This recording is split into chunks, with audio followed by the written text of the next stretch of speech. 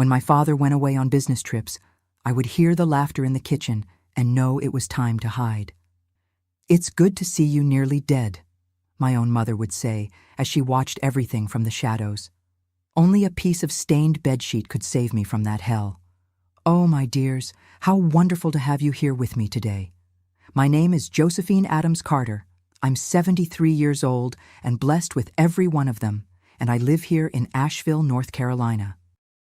I was born in Riverdale, right along the Mississippi River, but life brought me to these mountains many years ago. Today, my greatest pleasure is tending to my medicinal herb garden. I have a little bit of everything: rosemary, mint, lemon balm, lemongrass, basil. Each plant has its well-tended bed. I wake up early, before the sun even appears, make my fresh brewed coffee, and go straight to the yard. Is there anything more delightful than feeling the damp earth in the early morning? It's a blessing God gives me every day. I started this garden after my late husband, Gerald, passed away almost 10 years ago. It was a way to occupy my mind and heart. In the beginning, I knew nothing about plants. Can you believe it? I learned from my neighbors, from books my grandchildren brought me, and today I even make teas and salves that help many folks around here. People come with their aches and afflictions, and they always leave with a little natural remedy and words of comfort. My house isn't big, but it has a welcoming porch where I put some flower pots and an old rocking chair. From there, I see the mountains in the distance and give thanks for each day I receive. The walls are light blue, a color that brings peace, and inside I have my simple things arranged my way. In the living room, a small altar with a picture of Jesus and photographs of the whole family. Before I continue, I'd like to ask a small favor from you who are watching me. If you enjoy my story, please leave a like and subscribe to the channel. This helps bring these life stories to more people who need to hear them. And tell me in the comments, which town are you watching from, and what time of day did you find this video? Early morning with coffee, after lunch, or already in the evening with the stars coming out? I always read all the comments and feel so happy knowing where you're from and when you take a little time out of your day to listen to this grandma's stories. Let me know, okay? Let's create a chain of kindness. Today I'm going to share with you a difficult story that I've kept in my heart for many years. It's about survival, about those moments in life when we need to find strength where we thought nothing existed anymore. A story about the silence that hurts and the courage that saves. My childhood was marked by a terrible secret that happened within the walls of our house, far from the town's eyes, but right under the gaze of those who should have protected me. It's this journey I want to talk about today, about how a frightened little girl found a way to seek justice and survive to tell this story. I was born and raised on a remote farm, a good few miles from Riverdale. It was a large property, one of those old ones, with a big house with tall windows and a porch that wrapped around the entire building. Back then, in the early 50s, life in rural Mississippi was something else, my dears. There was no electricity, running water was a luxury of big cities, and the dirt road that led there became impassable when it rained hard. My father, Jacob Adams, was a hard-working man, of few words, but with a good heart. Tall, strong, with hands calloused from so much work. He had a thick mustache that tickled me when he gave me a goodnight kiss. He was a traveling salesman, you know? He would travel for weeks, sometimes months, selling goods between towns across the southern states. That's how he supported our large family. My mother, Ida, was a woman hard as stone. Her hair was always tied in a tight bun, and she had a gaze that seemed to cut right through you. She didn't smile much, no. She spent her days taking care of the house, giving orders, always busy, always vigilant. When I remember her, I see her dry hands from washing clothes in the tub and her always impeccable apron without a single stain. We were 8 children, and I was the youngest and only girl. My brothers, in order of age, were Oscar, the oldest, already 21 when I was born. Then came Alfred, 19, James, 17, the twins Theodore and Arnold, 15, Eugene, 13, and finally Jerome, 11. I came 7 years after Jerome, when my mother already thought she wouldn't have any more children. Perhaps that's why she never seemed very happy about my arrival. Our house was large but simple. On the ground floor, we had the living room with its old, heavy furniture, the dining room with a long table where we all sat for meals, the spacious kitchen with a wood stove and pantry, and a small room where my father kept his travel things.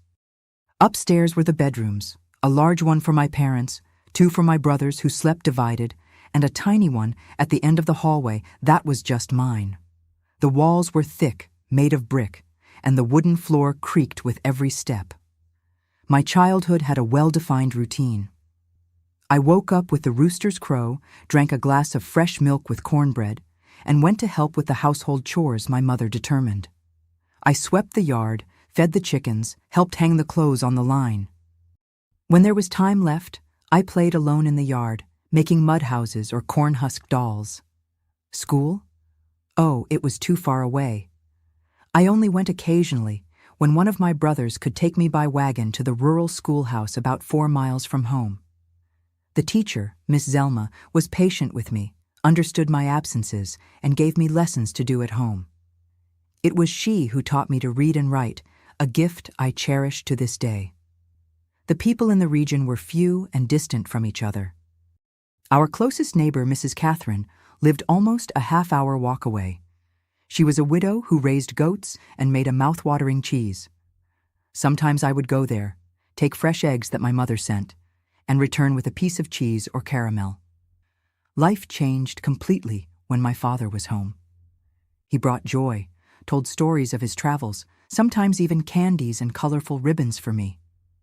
On those days, even my mother seemed lighter, more alive.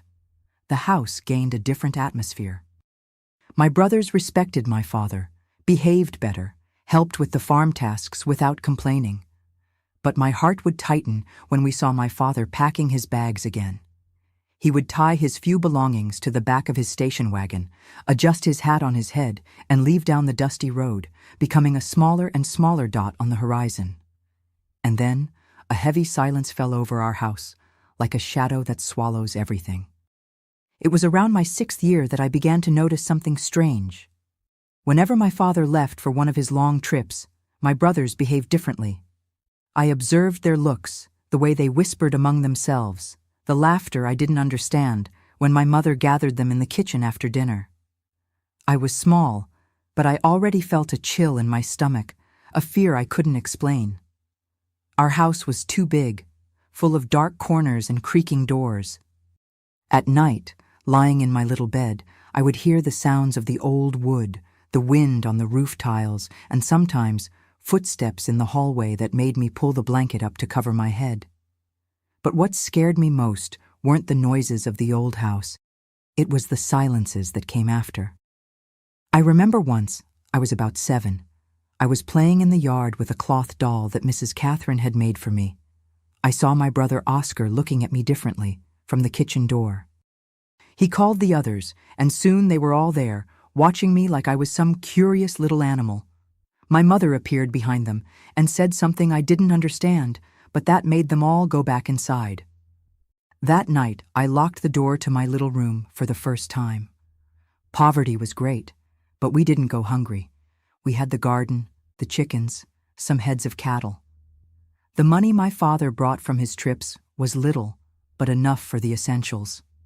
What was really missing was affection, you know? That motherly hug, that word of comfort. I only received that from my father, and he spent more time away than at home. As I grew older, I began to better understand the world around me. I understood the harshness of life in the rural South, the isolation, the constant work.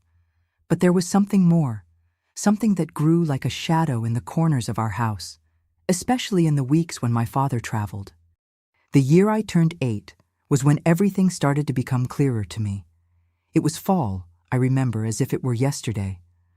The leaves were falling in the yard, forming yellowed carpets, and the cold wind already announced the winter that was coming. My father had prepared his bags for a long trip. He would go to northern Alabama and wouldn't return for 2 months. The night before his departure, we were all in the living room after dinner. My father, sitting in his usual chair, called me over. He put me on his lap, as he did when I was smaller, and said words I keep to this day. "Josie, my little wildflower, take care of yourself while Dad is away. Be obedient to your mother and respect your brothers. I'll bring a nice present for you when I return." I hugged my father with all the strength I had, as if guessing that I would need to save that warmth for a long time. I smelled the tobacco mixed with the lye soap that my mother made. That was my father's smell. Early in the morning, before the rooster even crowed, he had already left. That same day, I noticed something different in the air. My mother, Ida, had a strange gleam in her eyes as she swept the yard. My brothers exchanged glances, and I felt their eyes following me around the house, around the yard, wherever I went. The oldest, Oscar, called me princess during lunch, a word that came out of his mouth like something dirty. At night, after washing the dinner dishes, I was preparing to go upstairs and take refuge in my little room when I heard my mother calling all my brothers to the kitchen. "Come, my sons, let's talk a bit," she said, without looking at me. One by one, they went into the kitchen: Oscar, Alfred, James, the twins, Theodore and Arnold, Eugene, and even Jerome, who was the youngest of them. I went up to my room, but curiosity was great. I silently returned to the hallway and approached the kitchen door, which was just ajar. From where I was, I could hear the muffled voices, the giggles, the conspiratorial tone. Then I heard my mother's voice, clear as crystal. "She's already at the age. Dad won't be back so soon. You're the men of the house now." A shiver ran through my entire body. I didn't understand exactly what that meant, but I knew, in the depths of my child's heart, that it was something terrible. I ran to my room, locked the door, and pushed my small dresser against it. That night, I slept fully dressed, curled up under the bed, hugging the cloth doll that was my only friend. For a few days, nothing happened beyond the looks, the whispers, the giggles when I passed by. I began to avoid being alone with any of my brothers. I made up excuses not to go to the barn, to the corn crib, to any place where I could be cornered. My mother noticed, I'm sure, but pretended not to see my growing fear. One afternoon, I was helping hang clothes on the line when I saw Oscar and Alfred talking near the chicken coop. They were looking at me and laughing.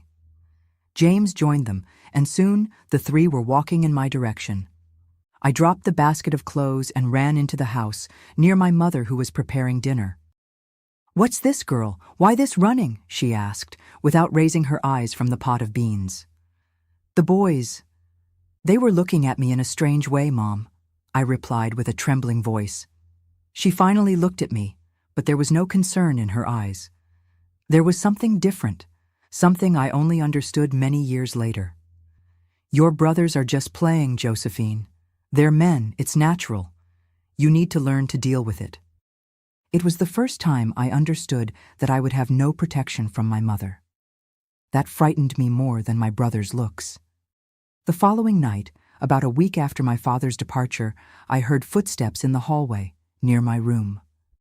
The old wooden floor creaked under someone's weight. I froze in bed, barely breathing. The doorknob turned, but the door was locked. Then I heard whispered voices, more than one person. They tried once more and gave up. The next morning during breakfast, Eugene commented, looking directly at me, "That door won't stay locked forever, Princess." They all laughed, including my mother, who served them more coffee as if nothing had happened. I started planning my days carefully. I woke up before everyone to use the outhouse, ate quickly, and looked for tasks that kept me in sight of my mother or close to Mrs. Catherine's house. Sometimes I pretended to be sick so I could stay in bed all day, with the door locked. The situation worsened when I discovered that the key to my room had disappeared. I searched everywhere, desperate, but I knew deep down that one of them had taken it. That night, I arranged a piece of wood and wedged it under the doorknob, as I had seen my father do once during a strong storm. It was on a Friday, late in the afternoon, that it happened for the first time.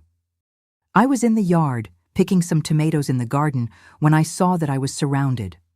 Oscar, Alfred, and James had strategically positioned themselves around me, blocking any escape route. Theodore and Arnold were watching the entrance to the house. Eugene and Jerome were further away, but observing everything. "Come here, little sister," Oscar called, extending his hand. "We just want to talk to you."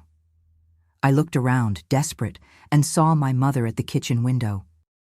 Our eyes met for a moment. I silently begged for help, but she simply closed the curtain and disappeared. "No, leave me alone," I shouted, throwing the tomatoes at them and running to the only place that seemed safe at that moment, the empty corral, where I could hide among the hay bales. They followed me, calling my name, turning it into a macabre hunt. I managed to squeeze into a small space between the bales where they couldn't easily reach me. I stayed there, trembling, until it was completely dark. Only then, when the house was already silent, did I risk coming out and running to my room. In the following days, the tension only increased.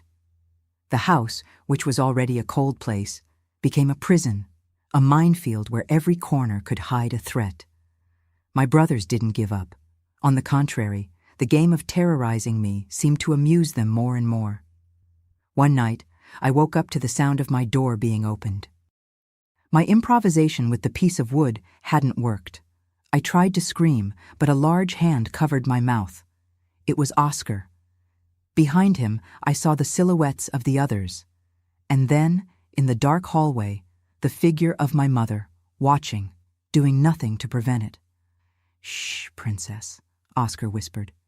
"It's time for you to learn what happens when Dad's not home." What happened next? Well, there are things that even after so many years, my mouth refuses to tell. But my body remembers. My soul remembers. Remembers the darkness, the muffled sounds, the pain, the paralyzing fear. And afterwards, the silence. The worst was afterwards, when everyone left except my mother. She entered the room, lit the kerosene lamp, and looked me up and down. Her eyes showed no compassion. They showed satisfaction. She examined my hurt body, the torn sheets, the marks I tried to hide. It was then that she said those words that were engraved in me like a hot iron. "It's good to see you bleed. It shows that they are strong, real men, like their father." At that moment, I understood that it wasn't just my brothers against me. It was my own mother, too. The person who should protect me was proud of what they had done to me. After that first night, something inside me broke. I became a shadow in my own house, trying to be invisible, looking to hide in corners, avoiding any contact. But it was no use. In an isolated house like ours, there was nowhere to run, no one who could help me. The weeks dragged on, each day seeming like an eternity. I learned to recognize the signs, the looks exchanged between them during dinner, the way my mother called them to the kitchen afterwards and closed the door. And then I knew that night, they would come. It didn't matter where I hid, in the dusty attic, in the damp cellar, behind the hay bales in the corral. They always found me. "She's getting good at this, at hiding," I heard Alfred comment once, laughing with the others. "Makes the hunt more fun." And my mother, my mother. She never participated directly, but was always nearby, watching from the shadows, sometimes giving instructions, suggestions. And afterwards, always afterwards, came that cold inspection, that look of approval at seeing my suffering. "You're not special, girl," she told me once, as I cried, curled up in bed. "All the women in the family went through this. This is how a woman learns her place in this house." It was then that I understood. This wasn't something new. It was a perverse tradition, passed down from generation to generation. My mother had probably lived through the same horror in her youth, and now, instead of protecting her own daughter, she perpetuated the cycle. The worst was when I tried to seek help. Once, I managed to get to Mrs. Catherine's house. I was hurt, with marks on my arms that I couldn't hide. the good woman noticed that something was wrong. "What happened to you, child?" she asked, applying a salve to my abrasions. "I fell from the barn," I lied, eyes downcast. I wanted to tell her, God knows how much I wanted to. But the words were stuck in my throat. And even if I could speak, what could Mrs. Catherine do? An elderly widow against 7 men and my mother? When I returned home that day, my mother was waiting for me at the door, arms crossed, stern look. "Been talking what you shouldn't with old Catherine?" she asked, squeezing my arm hard. "No, Mom, I didn't say anything. Better that way. No one would believe you anyway. And if you tried to tell anyone again—" She didn't complete the sentence, but her look said it all. There was a threat there, a silent promise that things could get even worse. After that day, I lost the last hope of external help. I was completely alone. Over time, I developed small strategies to survive.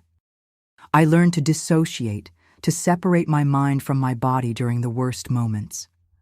I imagined I was far away, flying like the birds I saw from my bedroom window, free in the Mississippi sky. I created a safe place inside my head where no one could hurt me. I also discovered small hiding places around the farm, a hole in the barn wall, covered by loose boards, the space between the roof and the ceiling in the attic, the old dry well at the back of the property. Places where I could hide for a few hours, where I could cry without being heard. I started keeping food, pieces of bread, dried fruit, anything that wouldn't spoil quickly. I hid them in my refuges for the days when I couldn't face the dinner table, the looks, the giggles, their suffocating presence. My health began to deteriorate. I lost so much weight that my ribs showed through my skin. My hair, once strong and shiny, began to fall out in clumps. I had constant nightmares and often wet the bed, which only served as another excuse for punishments. School became a temporary refuge on the days I could go. Miss Zelma noticed the change in me.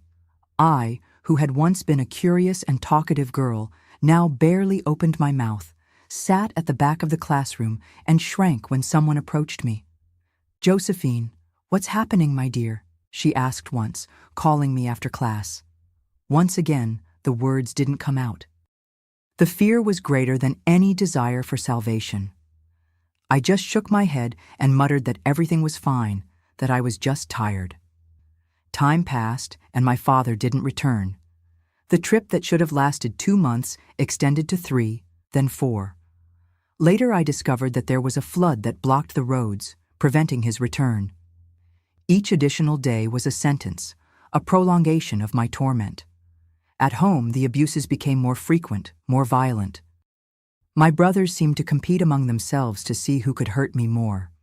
And my mother watched it all with that same look of sick satisfaction. "You're making my sons into real men," she said one night, as she passed a damp cloth over my wounds. Not out of compassion, but to prevent them from becoming infected and drawing attention when my father returned. I began to think about running away. I planned to gather what little money I could, some coins forgotten in my brother's pants pockets when I washed clothes, some change Mrs. Catherine gave me when I helped her with the goats. I imagined taking the road and going far away, to any place that wasn't that cursed farm. But where would an 8-year-old girl go, alone in the world? How would I survive? And there was always the fear that they would find me and bring me back, and then things would be even worse. One night, after a particularly brutal abuse, I lay on the floor of my room, feeling the cold wood against my face. For the first time, I thought about giving up completely, about simply closing my eyes and never waking up again. It seemed the only possible way out of that hell. It was then that I heard horse hooves in the yard, a commotion in the house, excited voices. "It's Dad! Dad's back!" It was Jerome's voice, the youngest of my brothers. My heart raced. My father was back. He could save me. But then panic took over me. How to explain my condition? How to tell what had happened without him blaming me, the daughter, instead of the sons he so prized? My mother ran into the room with a basin of water and clean cloths. "Get up, girl. Your father is coming. Clean that face, put on clean clothes. And if he asks, you fell from the barn, understand? Fell from the barn several times. She helped me wash and dress, combed my thin hair to hide the bald spots, made me drink a bitter tea to give color to your cheeks, and took me to the living room. My father entered, carrying his bags and sacks of merchandise. He seemed bigger than I remembered, stronger, more secure. I ran to him, hugging his legs, smelling the familiar scent of road dust and tobacco. "My little Josie," he exclaimed, lifting me in his arms. But then he stopped, looking at me carefully. "What happened to you, child? You're so skinny, so pale." Before I could answer, my mother intervened. "She's been sick, Jacob. A fever that wouldn't pass. And this girl is so clumsy, always falling, hurting herself." My father frowned, not entirely convinced. He passed his hand over my face, noticing the dark spots under my eyes, the cracked lips. "I'm going to take you to the doctor in Riverdale next week, daughter." That night was different. With my father at home, my brothers kept their distance. The house seemed to breathe different air. We all dined together at the big table, like a normal family. My father told stories of his trip, brought presents for everyone, including a small carved wooden comb for me, which I kept as a treasure. But I knew it was just a temporary truce. As soon as my father left again, everything would return to normal. The horror would begin again. And it was at that moment, sitting at the table, watching my brothers pretend to be good sons, my mother playing the role of dedicated wife, that something inside me strengthened. A small flame of resistance that refused to be extinguished. If I told my father what happened during his absence, would he believe me? Or would he believe the version of my mother and my 7 brothers? It was the word of a child against 8 adults. I needed proof. I needed something my father couldn't ignore, that would force him to see the horrible truth that hid under the roof of our house. And so in silence, I began to plan. The next time my father traveled would be different. I would be prepared. I would no longer be a passive victim, but a determined survivor seeking justice. My father stayed home for almost a month. They were the only days of peace I knew in that dark period of my life. He noticed that something was wrong. I saw it in his eyes when he observed me, in the way he frowned when he noticed me startle when any of my brothers approached me. But my mother's explanations seemed to temporarily calm him. "She's always been a nervous girl, Jacob, and after that fever, she became even more fearful." As promised, he took me to the doctor in Riverdale. The doctor examined me, asked questions, which I answered with downcast eyes, repeating the story my mother had forced me to memorize. We returned with a bottle of tonic and the recommendation of reinforced nutrition for the girl. One afternoon, while my father was fixing the corral fence, I approached him. I wanted so much to tell him, wanted to throw myself into his arms and let the words come out, all at once. But the fear was greater. What if he didn't believe me? What if he got angry with me? Worse yet, what if he believed me, confronted my brothers and mother, and then left again, leaving me at their mercy, now with even more anger? "What is it, Josie?" he asked, noticing my hesitation. "Nothing, Dad," I replied, swallowing the lump in my throat. "I just wanted to be near you." He smiled, that good smile that lit up his tired face, and let me help him, holding the tools while he worked. Small moments like this were my only consolation. But then came the day I so feared. My father announced during dinner that he needed to leave again.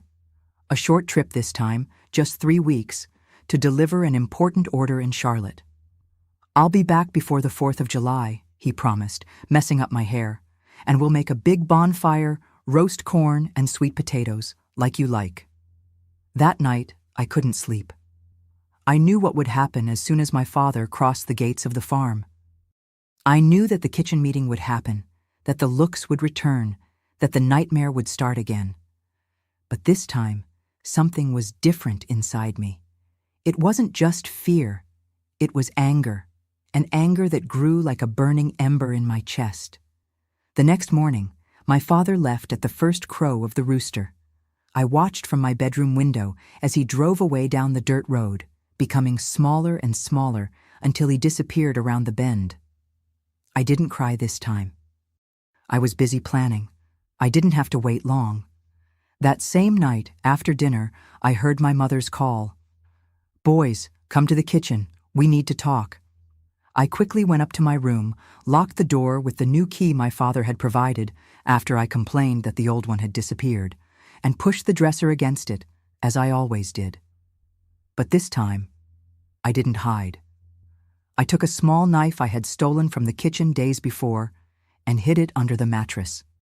Not to use against them, they were too many and too strong, but to give me courage, to feel that I had some control. The hours passed. The house grew silent. It was late when I heard the footsteps in the hallway, the familiar creaking of the floorboards, whispered voices. She locked the door again. "Break it down. No, Dad will notice. I have a better idea." I heard someone walking away and then returning.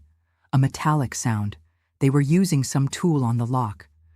My heart was beating so hard I thought it would explode in my chest. The door suddenly opened. The dresser was pushed aside with ease by Oscar and Alfred. Behind them, the other 5. And in the hallway, as always, the silhouette of my mother. What happened next was different from the other times. Maybe because I had dared to lock the door again. Maybe because my father's presence for a month had intensified their anger. It was worse. Much worse. I remember the muffled screams, the hands holding me, the pain that seemed would split me in half. I remember begging, crying, finally finding my voice and screaming for help. But there was no one to hear on that isolated farm. And afterward, as always, my mother entered. The boys left, leaving me like a rag thrown on the bed. She lit the kerosene lamp and inspected me, as she always did. But this time, even she seemed momentarily frightened by what she saw. "They went a bit too far," she muttered, more to herself than to me. Then her face hardened again. "But you provoked it, locking the door, defying them." She left and returned with a basin of warm water and some cloths. She began to clean the wounds, not with gentleness, but with the practical efficiency of someone who doesn't want the evidence to remain. And while doing this, she repeated those horrible words. "It's good to see you bleed. It shows that they are strong, real men, like their father." Something broke inside me at that moment. It wasn't just physical pain. It was a pain of the soul, a deep understanding that this woman, my own mother, not only allowed the horror, but delighted in it. "Why?" I managed to murmur, my voice almost inaudible. "Why do you let them do this to me?" She stopped what she was doing and looked me directly in the eyes for the first time in a long time. There was something icy in her gaze, something dead. Because that's how I learned to be a woman in this house. That's how it was with my mother, with my grandmother. It's the way things are. The Adams men need to be strong, and the women need to learn their place.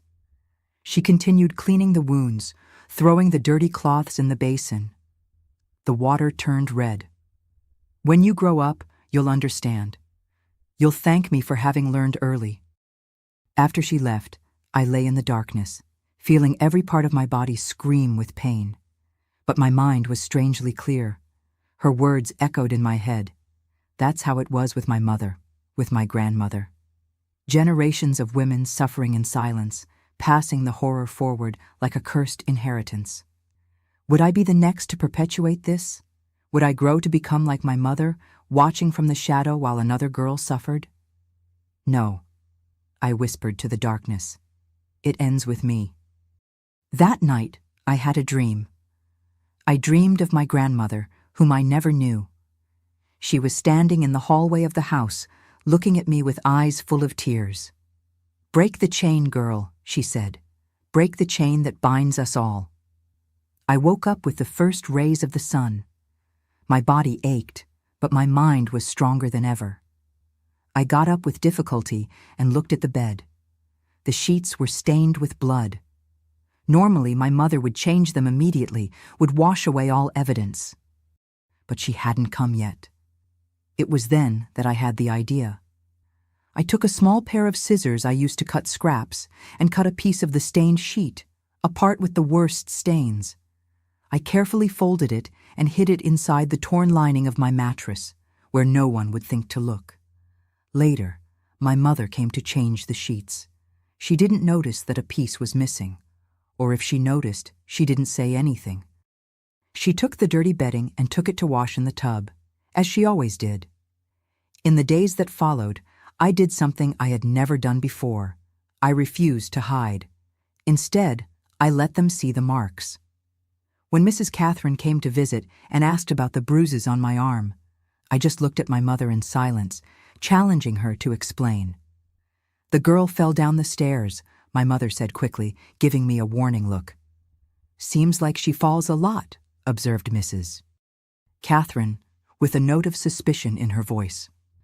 I said nothing, but kept my eyes fixed on Mrs. Catherine's, trying to communicate without words what I couldn't say out loud. My new attitude infuriated my brothers. They were used to seeing me hidden, frightened, submissive. My small, silent rebellion was an affront. "The princess is getting bold," said James one night as we dined. "We need to teach some more lessons." My mother just nodded, as if they were discussing the weather or the harvest. I showed no fear, although inside I was trembling. I knew what would come, but this time I had a plan. When they came that night, I didn't fight like the other times. I didn't beg. I remained silent, letting them do what they always did. It was as if my spirit had separated from my body, hovering above, observing everything from afar. And somewhere inside me, a voice repeated, "This will end. This will end when my father returns." After they left, my mother made her usual inspection. I noticed that she seemed irritated by my lack of reaction. "What's wrong, girl? Lost your tongue?" I didn't answer. I just looked at her, trying to memorize every detail of her face, knowing that soon everything would change. She left, visibly disturbed by my silence. As soon as I was alone, I got up, ignoring the pain, and cut another piece of the sheet. This one was even more significant than the first. I hid it with the other. The next morning, I took one of my few clothes, a simple cotton dress, and tore it in some strategic places. I hid that too, along with the pieces of sheet. The days passed slowly. Each night brought the same horror, but now I had a purpose, a light at the end of that dark tunnel. I continued collecting evidence, a piece of torn clothing here, a stained sheet there. I kept everything in the hiding place inside the mattress. A week before the expected date of my father's return, my mother began preparations. The house was cleaned from top to bottom. New sheets were placed on all beds. She called me to the kitchen and looked at me severely. "When your father returns, you will behave normally. You will smile, you will say that you are better, that fever is gone. Understand?" I nodded silently. "And don't even think about telling him anything. He would never believe you against all of us, and if you tried—" She paused, her eyes hard as stones. "Well, you know what would happen after he left again." I knew. But this time would be different. This time I had proof. On the eve of my father's arrival, I didn't sleep. I lay awake, looking at the ceiling, mentally rehearsing what I would do. I would have only one chance. I needed to do it the right way. And then, finally, I heard the sound of car wheels in the yard. My father had returned. The arrival of my father was like the other times. He entered carrying his belongings, his face tired but happy to be home. My brothers received him with pats on the back, questions about the trip, offering help to unload the merchandise he had brought. My mother was at the door, smiling that smile that only appeared when he was present. I waited at the kitchen threshold, observing the scene. My father saw me and opened his arms. "Josie, come here, my little flower." I ran to him, as I always did, but this time there was a weight inside me, the knowledge of what I was about to do. He lifted me in the air and spun me around, then put me on the ground and examined my face. "You look better, thank God. That color has returned to your cheeks." My mother hurried to confirm, "Yes, she improved a lot, Jacob. The tonic that the doctor prescribed worked wonders." The tonic that she never gave me, that stayed stored in the kitchen cabinet untouched. The rest of the day went on normally. We all had dinner together. My father told stories of the trip, said that business had been good. He talked about the 4th of July celebration that would happen in a few days, promised that we would make a big bonfire. "And I'll go to town to buy some firecrackers and sparklers for you boys," he said, drawing smiles from my brothers. I observed them, sitting at the table playing the role of exemplary sons. Oscar, Alfred, James, Theodore, Arnold, Eugene, Jerome. Each one of them smiled and talked as if they hadn't done what they did, as if they weren't monsters. That night I waited. I knew I would need a moment alone with my father, away from my mother's watchful eyes. I lay in bed, but didn't sleep, alert to any sound. In the early morning, I heard my father get up. He used to wake up early before everyone to have coffee and check things on the farm. It was my chance. I got up silently, took the pieces of sheet and clothing I had hidden and put them inside my nightgown. I opened the bedroom door without making a sound and went down the stairs, avoiding the steps that creaked.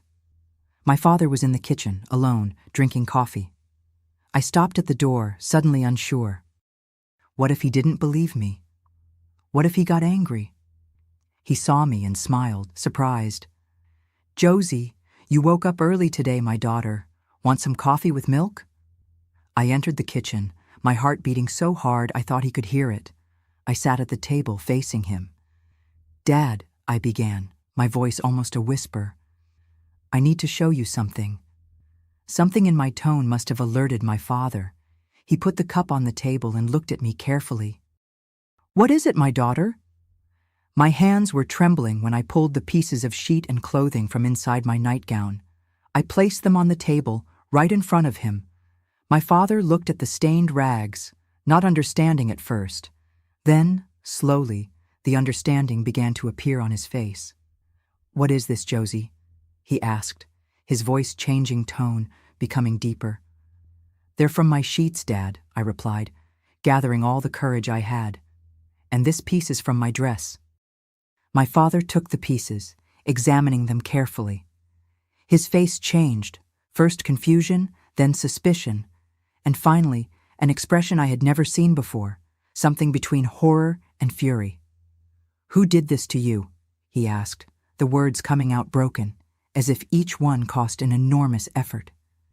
I took a deep breath. It was the moment. There was no turning back. "My brothers, Dad. All of them.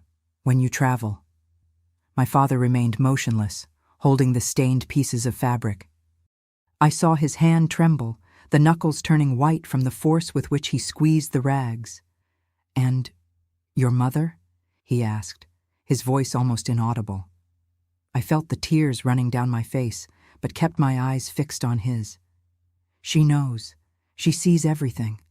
Afterward she comes and says it's good to see me bleed, that it shows they are strong, real men, like you." It was as if I had given a physical blow to my father. He recoiled in the chair, his face as pale as wax. For a terrible moment, I thought he hadn't believed me, that he would call my mother, tell her what I had said, and then everything would be even worse. But then he extended his trembling hand and touched my face, where a bruise was already fading. "This wasn't any fall, was it?" I shook my head. "And the fever?" "I didn't have any fever, Dad.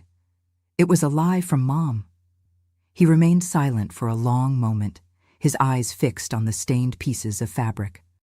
Then slowly, he folded them and kept them in his shirt pocket. When he raised his eyes to me again, there was an iron determination in them. "Go to your room, Josie. Lock the door and don't come out until I call you. Understood?" I nodded, frightened by the intensity in his voice. "Dad, what are you going to do?" "What I should have done a long time ago. Now go, my daughter, and don't be afraid. They will never lay a finger on you again, I promise." I went up to my room, closed the door, and locked it, as he asked. I sat on the bed, hugging my knees, and waited. My heart was beating so hard it seemed it would come out of my mouth. Soon I heard my father's voice, a roar I had never heard before, calling my mother and my brothers. Then came the shouts, his, hers, theirs, objects being broken, doors slamming. It was as if a storm had formed inside our house. I stayed in the room all day, trembling, praying, waiting. From time to time, I heard footsteps in the hallway, raised voices, more shouts. Once, they tried to open the door to my room, but it was locked as my father had instructed. "Open this door, you little witch." It was Oscar's voice, furious. "You'll pay for what you did." But soon I heard a thud, as if someone had been thrown against the wall, and my father's voice, unrecognizable with so much anger, "Touch that door again, and I'll finish you." In the afternoon, I heard the sound of horses in the yard. I looked through the window and saw my older brothers, Oscar, Alfred, and James, mounting their horses, carrying bundles of clothes, leaving at a gallop down the road. My father was in the yard, standing, a rifle in his hands, watching them until they disappeared around the bend. When night fell, I heard soft knocks on my door. "Josie, it's me, your father. Everything is okay. You can open." I opened the door, still afraid. My father was standing in the hallway, his face aged 10 years in one day. His eyes were red, his clothes disheveled. There was a cut on his forehead. "Come, daughter. I want to talk to you." Geek. He took me to the living room, where we sat on the old straw sofa. The house was as silent as it had never been before. "Where is everyone?" I asked. "Your older brothers, Oscar, Alfred, and James, are gone. I told them to get out of my sight and never come back. The others are locked in the rooms for now." "And your mother?" He paused, passing his hand over his tired face. "Your mother is in the barn. I'm taking her to town tomorrow." "To town?" "Yes. There's a place there, a hospital for people who aren't right in the head." We remained silent for a moment, absorbing the enormity of what had happened. Then my father took my hands in his, large and calloused. "Josie, why didn't you tell me before? All those trips, all those years." I lowered my eyes, feeling the weight of guilt that wasn't mine, but that I carried anyway. "I was afraid, Dad. Afraid that you wouldn't believe me. Afraid of what they would do when you left again." He squeezed my hands, and when I raised my eyes, I saw that he was crying. My father, that strong man whom I had never seen shed a tear, was crying like a child. "I will never leave you alone again, my daughter. Never again." In the days that followed, our house went through a transformation. My mother was taken to the hospital in Riverdale, as my father had said. The twins, Theodore and Arnold, were sent to work on a distant farm of a cousin of my father's in Charlotte.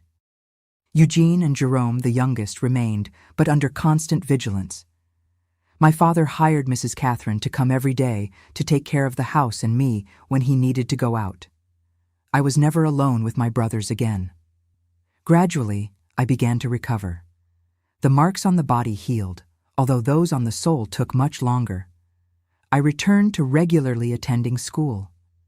Miss Zelma, noticing the change in me, gave me special attention, helping me catch up on the missed lessons. It was during this time that I met Louise, daughter of a merchant who had recently moved to the region. She was my age, and soon we became friends. She was the first real friend I had in my life.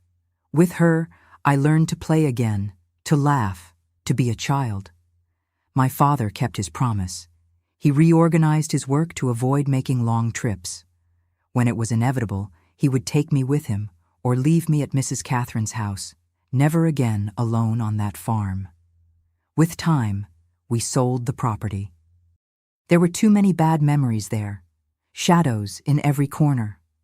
We moved closer to town, to a smaller but happier house, with large windows that let in the sun. I never saw my mother or my older brothers again. I learned, years later, that Oscar had died in a bar fight somewhere in northern Alabama. Of the others, I never heard news again. Eugene and Jerome, with time and under the firm guidance of my father, became different men than they might have been. We never talked about the past, but there was a silent understanding between us, a line that would never be crossed again. The change didn't happen overnight. There were years of healing, of reconstruction. There were nightmares, crying spells, moments when the past returned like a wave, threatening to drown me. But my father was always there, a rock where I could hold on.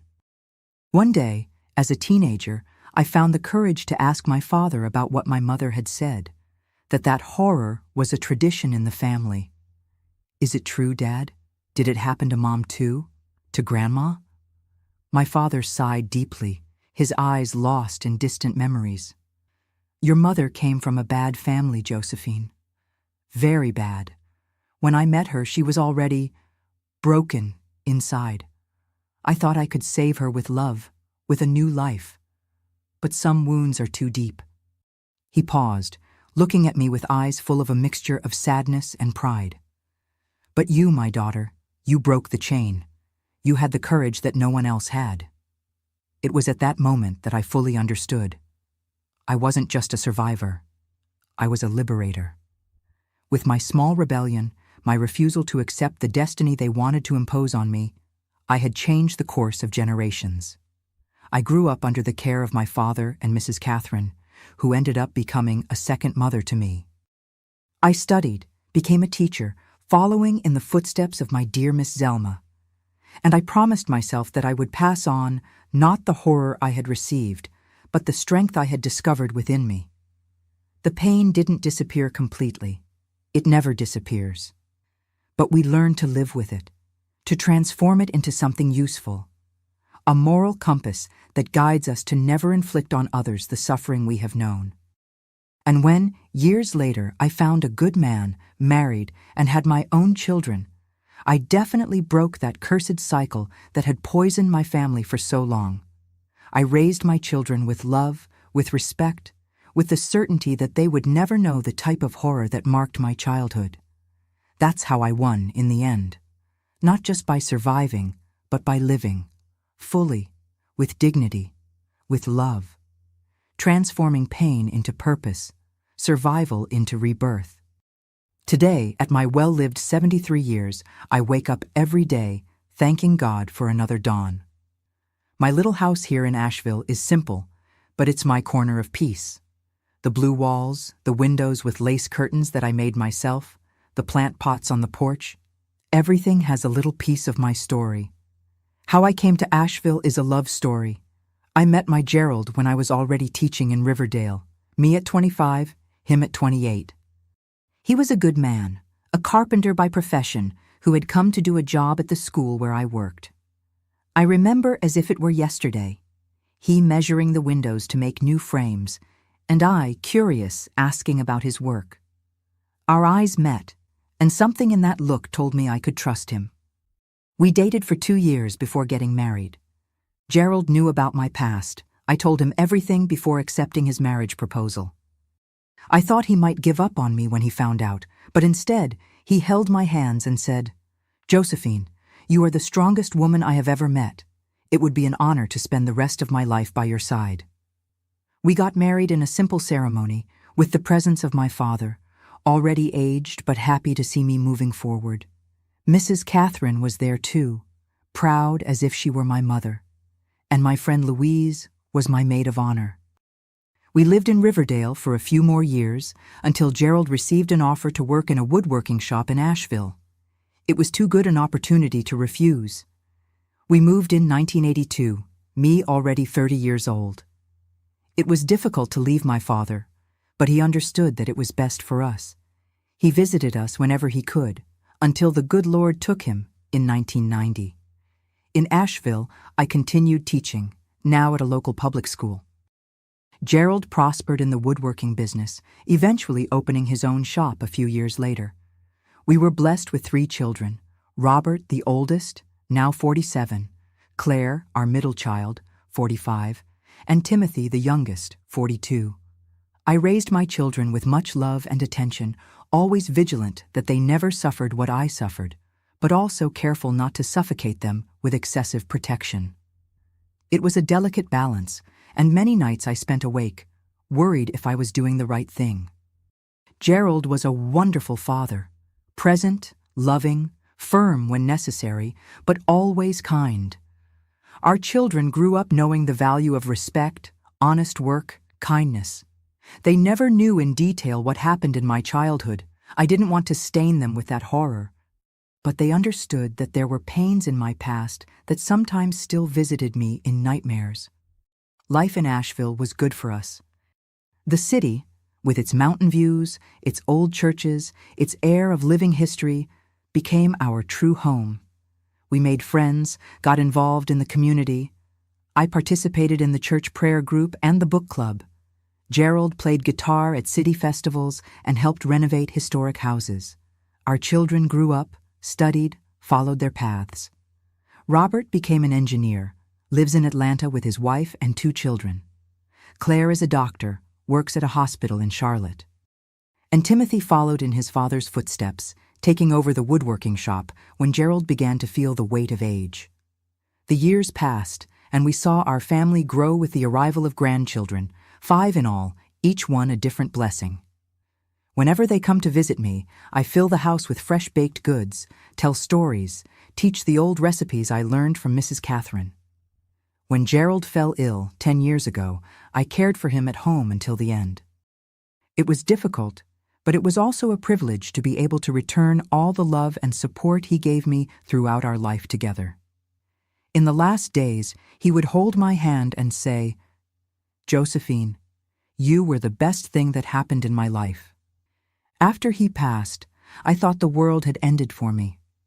The first months were foggy, days when I could barely get out of bed. It was Timothy who helped me find purpose again. He would come every day, take me out of the house, take me for short walks around town. "Mom, you still have a lot to live for," he would say. "Dad wouldn't want to see you like this." And he was right. Gradually, I returned to life. I started taking care of my medicinal herb garden, something that had always interested me. I studied about the properties of plants, experimented with combinations, prepared teas and ointments. What started as therapy for me ended up becoming a small source of joy, an income too, when neighbors started looking for my home remedies.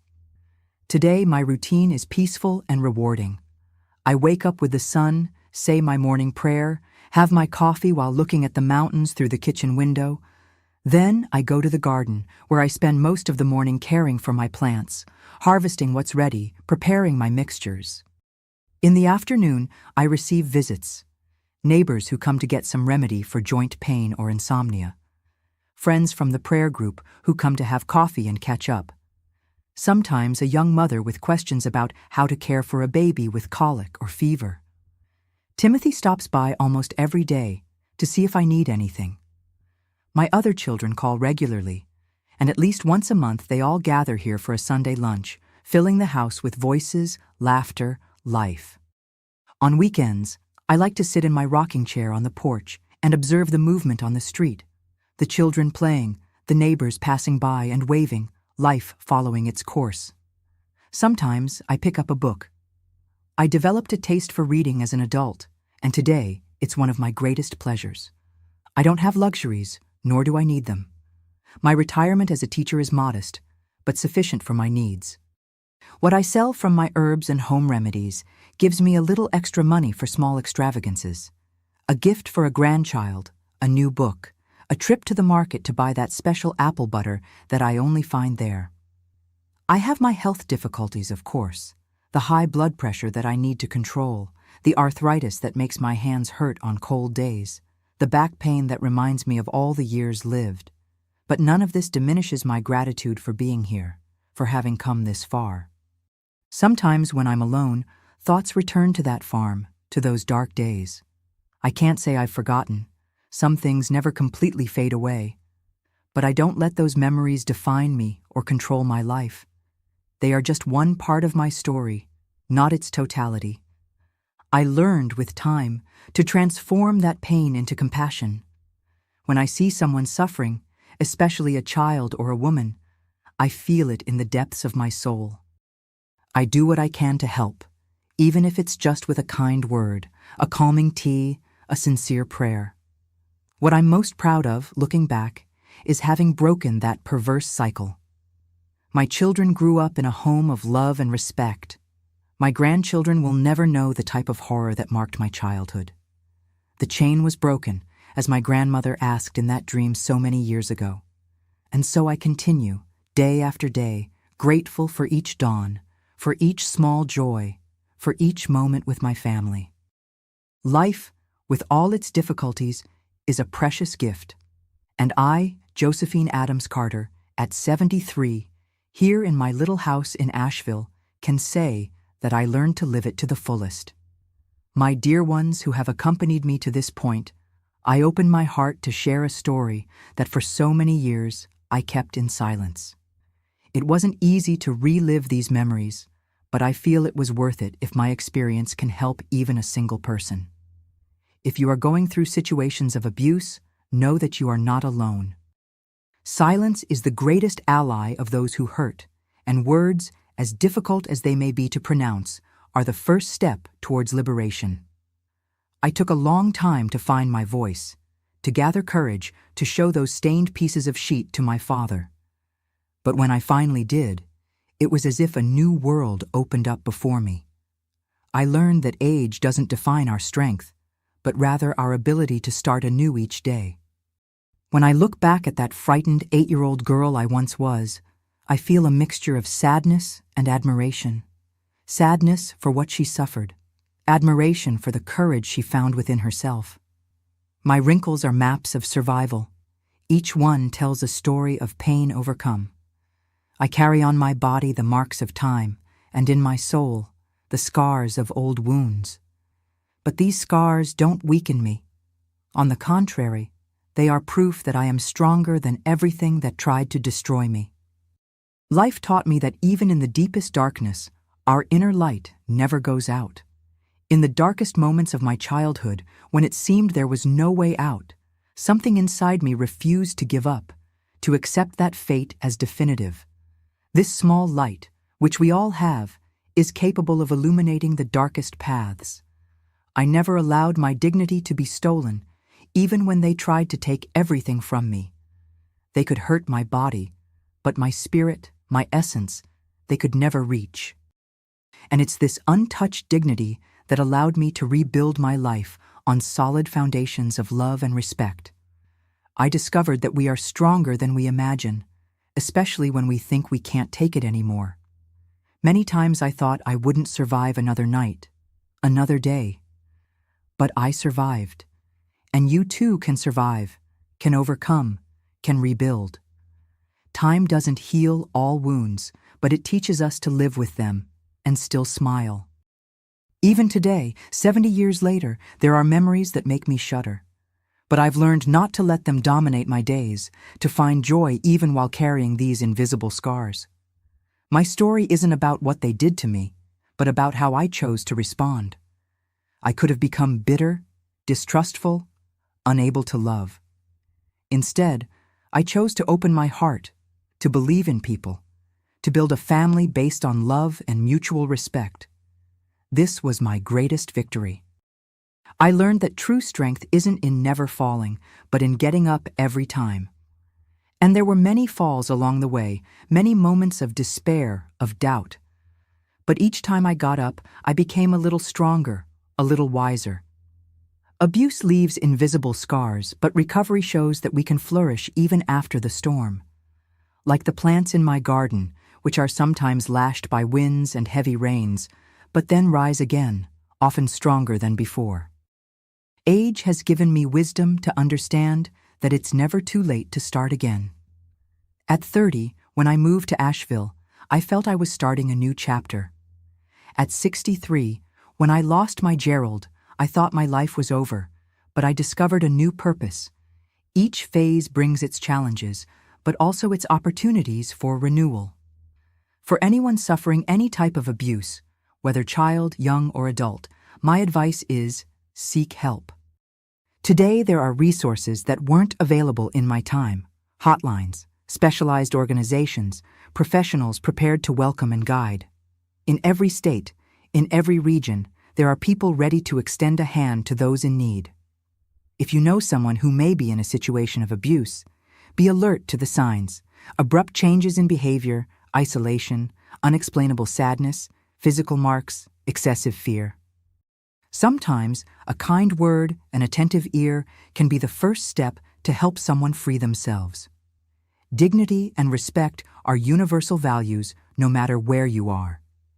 Each of us deserves to be treated with humanity, with compassion, and each of us has the power to make a difference in the life of someone who is suffering. My dear sons and daughters who are watching me now, this grandma has a special request to make. If this story touched your heart, if you identified with it or know someone who may be going through something similar, please subscribe to the channel and activate the notification bell right now. Each subscription is like an extended hand, a way of saying that stories like mine need to be heard, that the silence needs to be broken.